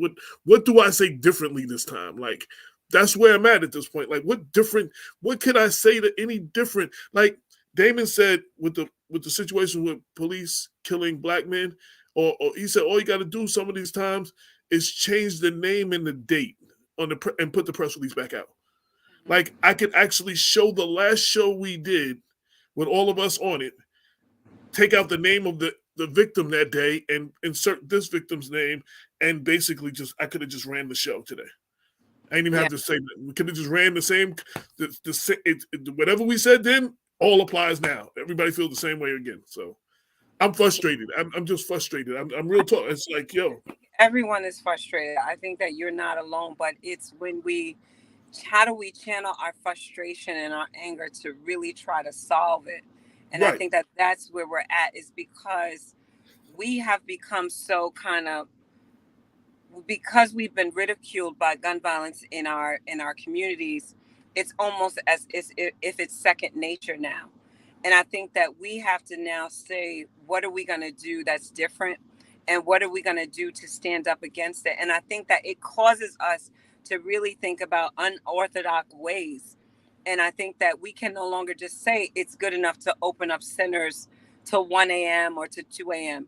Because guess what? We can have that and they still not coming. Or they're in the wrong neighborhoods. Or they're getting maybe the kids that look good, or the creaming kids, and not really the kids that necessarily need it.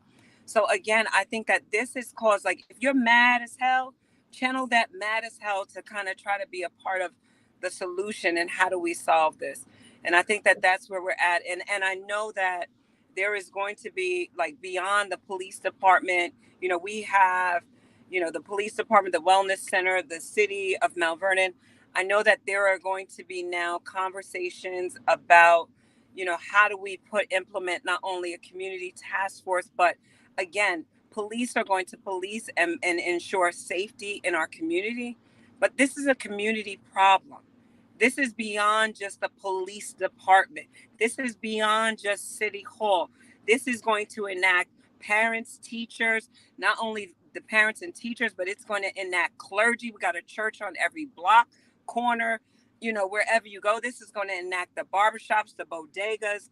You're talking about the beauty salons. We need every facet of our community to really make a dent here. It is going to cause us to really think about unorthodox ways that we can really come together to make a dent, to create force responders beyond the police department and emergency crisis units. But really, how do we create some teams and task force to really try to get to the drivers of what's happening in our community and then make a dent there? And let me be clear, when I say I'm frustrated, I'm not only frustrated at the senseless gun violence. I'm frustrated, and Joanne, because you're in a lot of these meetings where we get called to these meetings and these new organizations and these groups of people, and they want to do something. Where the hell are all those people? It's a lot of fake news that's going around. A lot of fake news.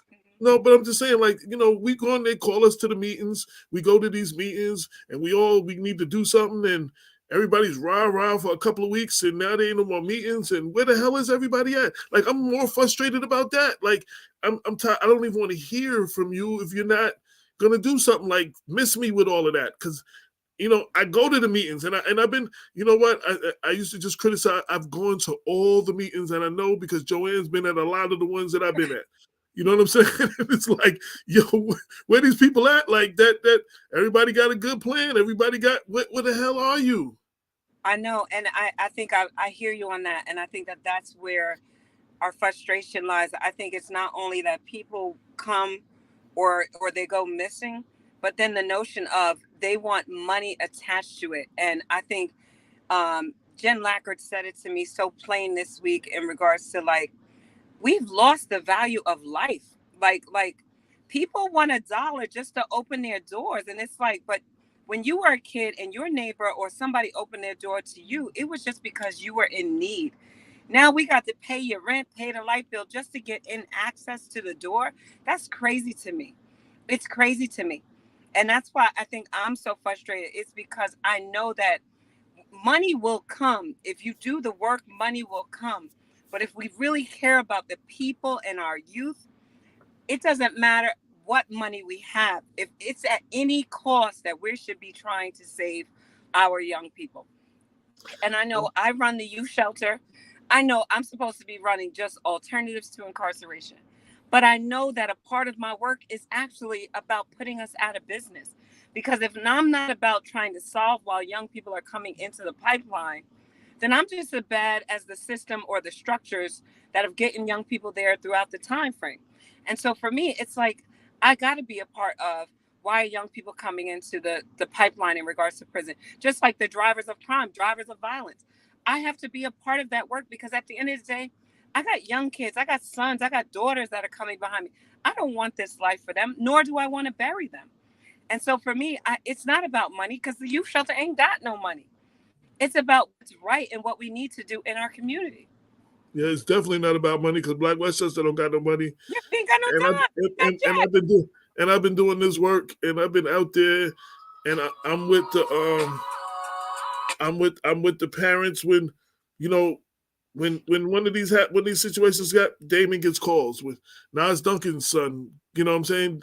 Damon was out with her all night, and we was sitting with her the days right after it, the next day, and all of this. Like, you know, it's just like, you know, again, Henry Terry, I see on the front line. Like, he's one of those they call that night, and he's out there when it happens. Jesse Van Loo, who's traveling right now, so he couldn't come on. Henry's gonna try to come on.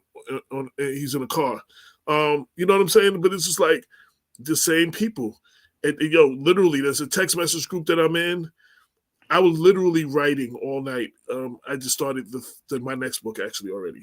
So I was writing all night, and I went to sleep at 7:30. I was like, yo, let me get some sleep. This happened at 10 something. I woke up at 12 something. Yo, I had like 25 missed calls, 35 text messages. Like, yo, what the hell? Like, I thought the world was coming to an end. Like, what the hell? Like, and it happened a block away. You know, Jesse was there, and you know what I'm saying? And you know, it's the same people over and over. And you know, like I said, I don't even want to hear from those who, if you're not going to do anything, then be real and just don't do nothing. But like, stop coming around and singing songs of, you know, what we got to do, and you're never there when the work needs to be done. And I'm sorry, I don't care who you are.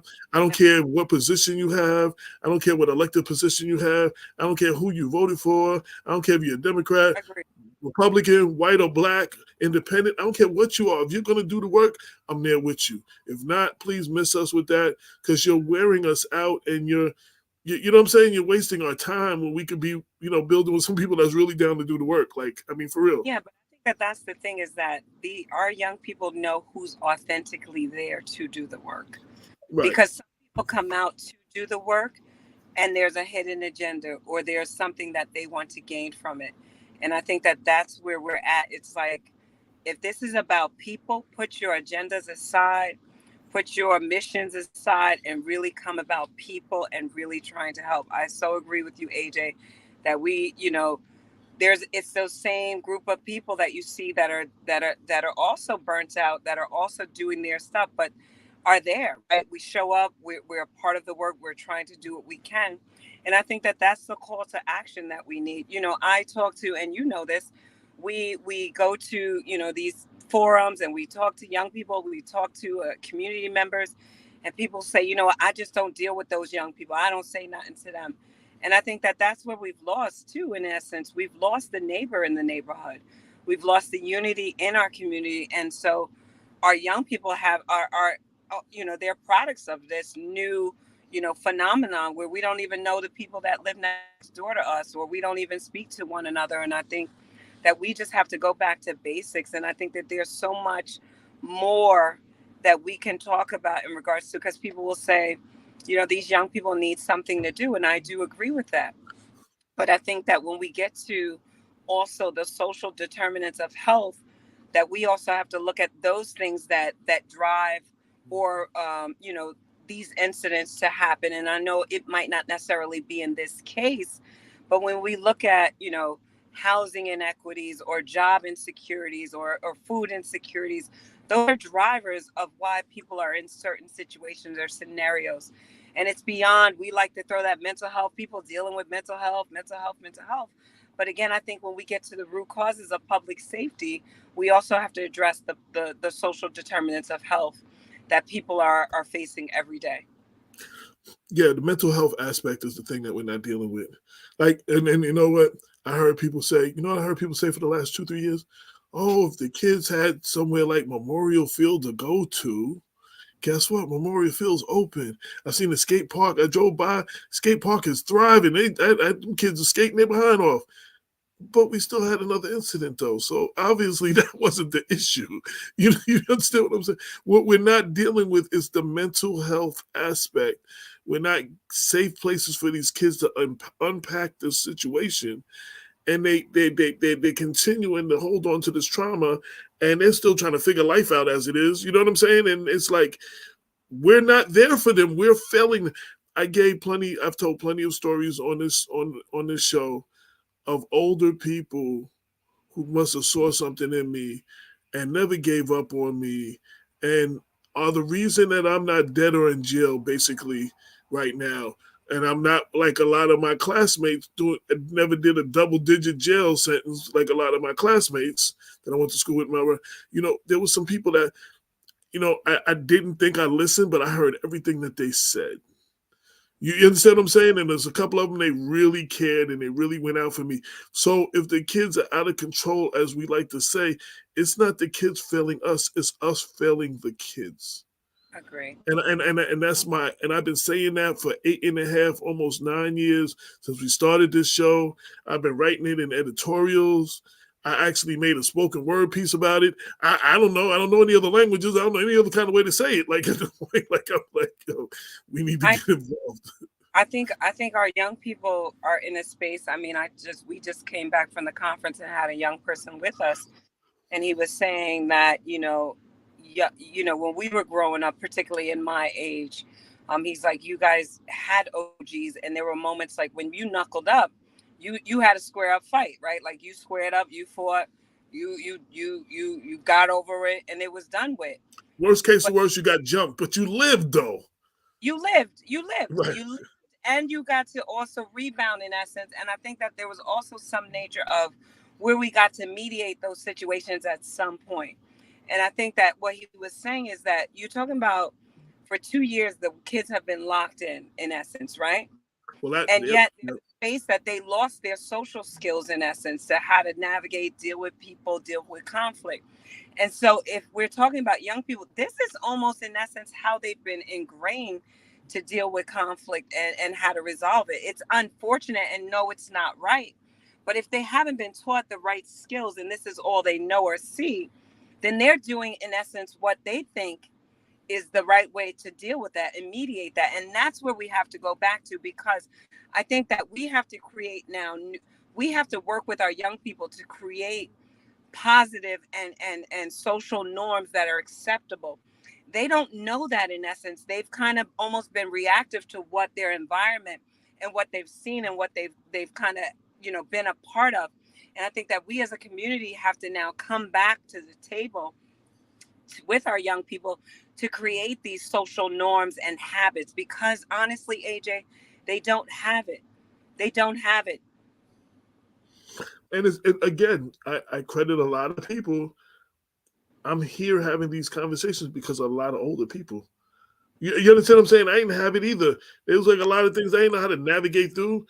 Only by the grace of God, and that I'm not dead or in jail. I keep saying that literally. I have classmates that have got killed that I went to high school with. I have classmates that did double-digit jail time, like 22 years. Like, you understand what I'm saying? Like, and for the grace of God, I'm here. You understand what I mean? And I'm here and I'm doing what we're doing. Nancy said, like Ms. Dunn said, we need multiple solutions to reach every young person. I'm constantly saying everybody has a part to play. This is the type of thing that needs to be tackled from every aspect, from every angle, from everybody. You know what I'm saying? The little bit of things that I'm doing, whatever Joanne's doing, whatever Terry Snug is doing, whatever this organization's doing, whatever City Hall is trying to do, whatever the police do, we need everybody. Like, we really need to be attacking. Some people, it's as easy as we need some mentors out there for some of these kids.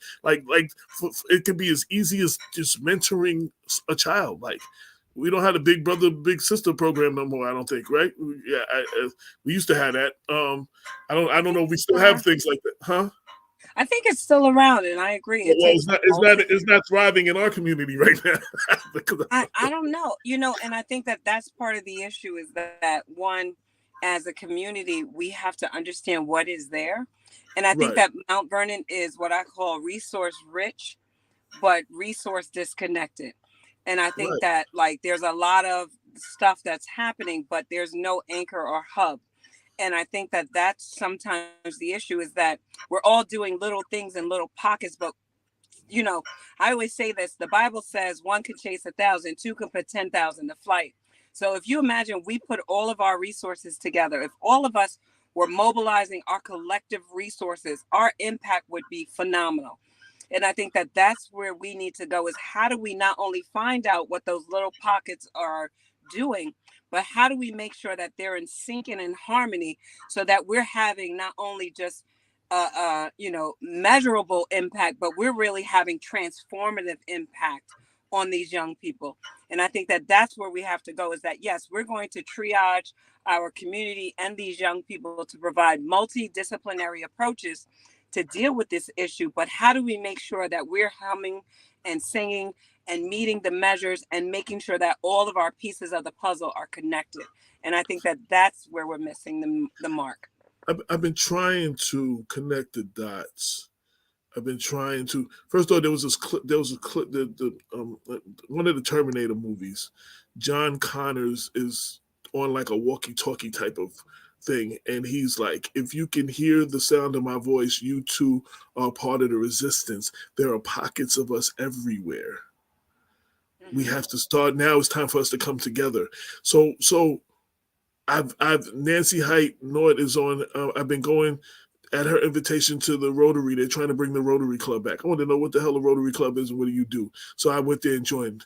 You know what I'm saying? We hadn't had a function in NAACP and the whole, I'm sorry, no disrespect to anybody, the whole 9 years we've been doing Black Westchester. So I joined the NAACP. So I joined. You understand what I'm saying? Like, what are you doing? We got a new president now. I think we're in a place like community safety can't wait anymore. Right. We So can't do this work based on people's egos. So if you ain't been doing nothing, get off your high horse and move out the way for people who really want to do some stuff. That's it. So that's what I did. So I joined. I joined the the Rotary Club because they're supposed to be an organization that does whatever, and I wanted to study and what did I'm trying to see if I can, with the help of others, build, like me and Joanne have had this conversation. We need to build a real grassroots connection with all of the resources that we have, so that when something comes up, I can be like, yo, this is who we need to point you to. I need to get on the phone. I need to put that, and this person needs to handle that. You know what I'm saying? When it's somebody that somebody else that can help, we need to point them in that direction, and we need to have these things in place. We need to put this together, and everybody has a part to play. And for those who are not going to be on the front line and those who are not going to do, but you have money, you need to support the people who are doing the work. Or that's your part to play.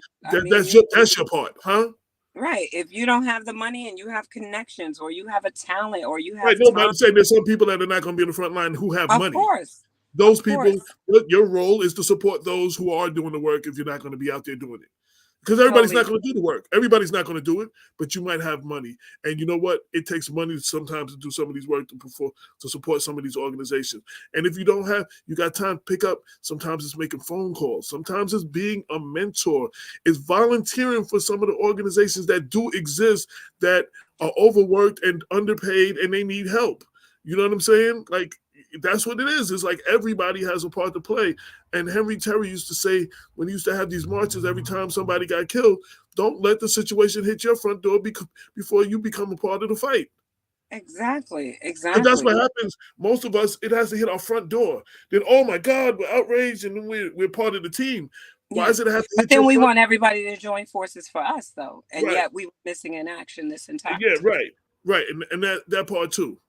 So, Again, any last words? I'm not going to prolong this.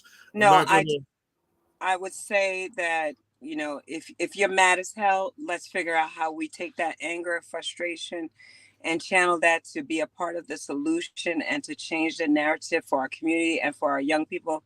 Tomorrow is a prayer vigil at 6 p.m. in front of City Hall.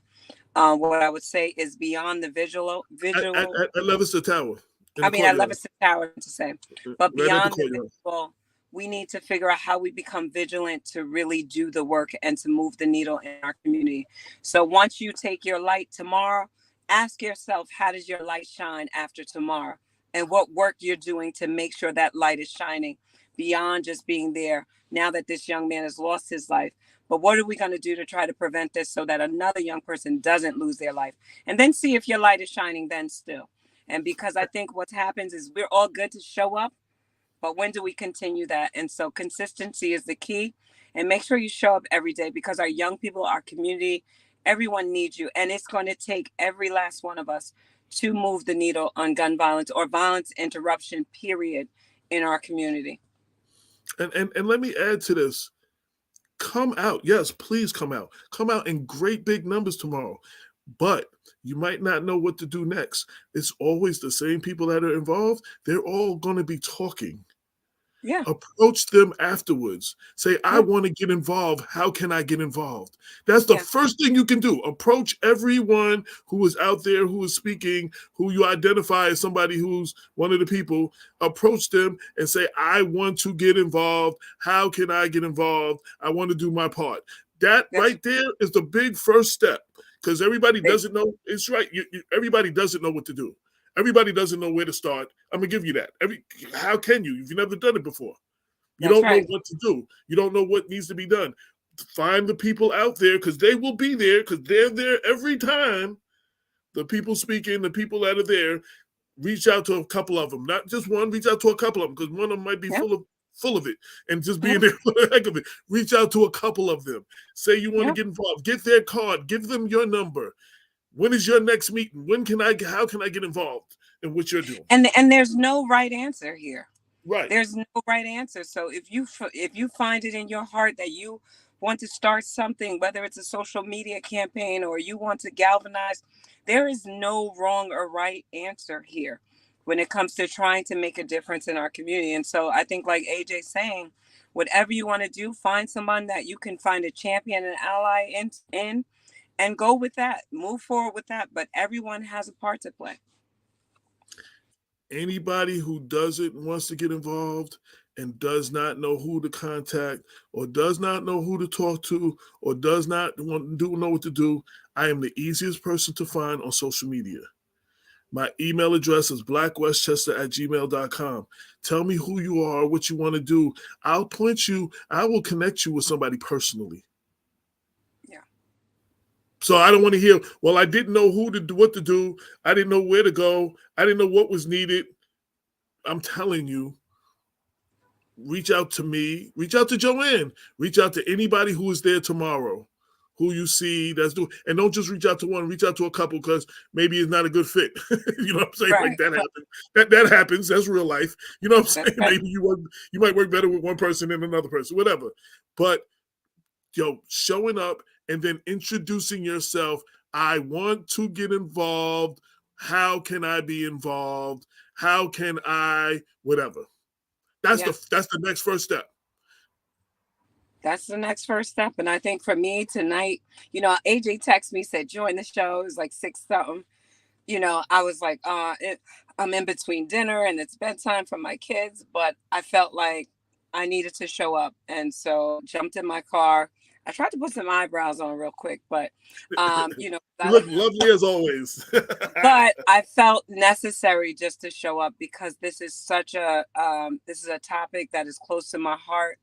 And this is something that I feel like if I don't continue to show up every day and be a part of trying to move the needle, then I'm just as guilty as everyone else. And so when you said, at first I said, I'm not sure if I can jump on, but I had to jump on because my heart tugged me to say, no, you can't charge people to do this work, and yet you're not willing to stand.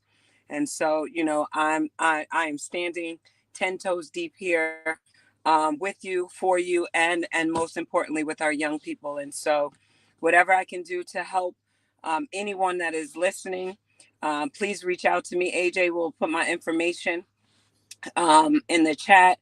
Or on the live, but I'm willing to be a voice. I'm willing to be a medium and an anchor to help you get started, and to make sure that we as a collective start to move forward with trying to move the needle, and not just talking the talk, but walking the walk. Young people trust our actions and not our words. So we just need to show up every day and do what we can. And so that's all my charge is. And so, AJ, I appreciate you for always allowing your Black Westchester to be a voice and to be a space where we can talk about these issues and concerns. And I think that we as a people, as a society, we now need to just not just talk it, but we need to show up and walk it. And so that's where I'm at. Thank you. I appreciate your time. Literally, I hit you like an hour or two ago. Like literally, for real. And you came and you didn't count it robbery, and I appreciate that. But again, Of course. I knew I go to these meetings of all these different organizations and all these different meetings that we're going to do, and the one person that I normally see at most of them is you. And I'm doing my part. but you also try to, you know, even be the bridge to connect people together and utilize your platform as what I'm saying. We can start with this and we can move this way, and you know what I'm saying. Like, and once you get involved, you're involved. You know what I'm saying. So Yeah. But I I think I the problem appreciate is that. the Huh? people want to have it so, like, you know how when you're going to the doctor and the doctor says you have a diagnosis, right? And people want to get cured overnight, but sometimes curing that, it takes certain interventions, it takes certain trials that you have to go through. And I think that that's where we have to get to. People say, oh well, we need the money, we need this, we need that. What if we don't have that? Does that mean that we don't enact? Does that mean that we still have to wait? No, we need to try something. Like, I think that that's where I'm at, is that we just have to show up and do what we can in this moment, because our communities cannot wait, and public safety cannot wait. And our young people, we want them to live. So we need to do things now. Now. Absolutely. And how many people in the past have done things with no money? I Have do it got every up, day. I do it every just got, day. just got up and got out and just did it. Like, I you do it understand what every I'm day. saying? It just showed up. Sometimes showing up is half the battle. Just showing up. It's showing up. So anyway, I'm going to leave it there. Thank you very much for your time. Thank you, my friend. As I will, always, see you. I will see you tomorrow. All right. I will Good be night, there. everyone. I wasn't going to do nothing, but this is like a block from my house. I had to. You had to. You Yeah. had to. And everyone should show up tomorrow night to stand in uniformity.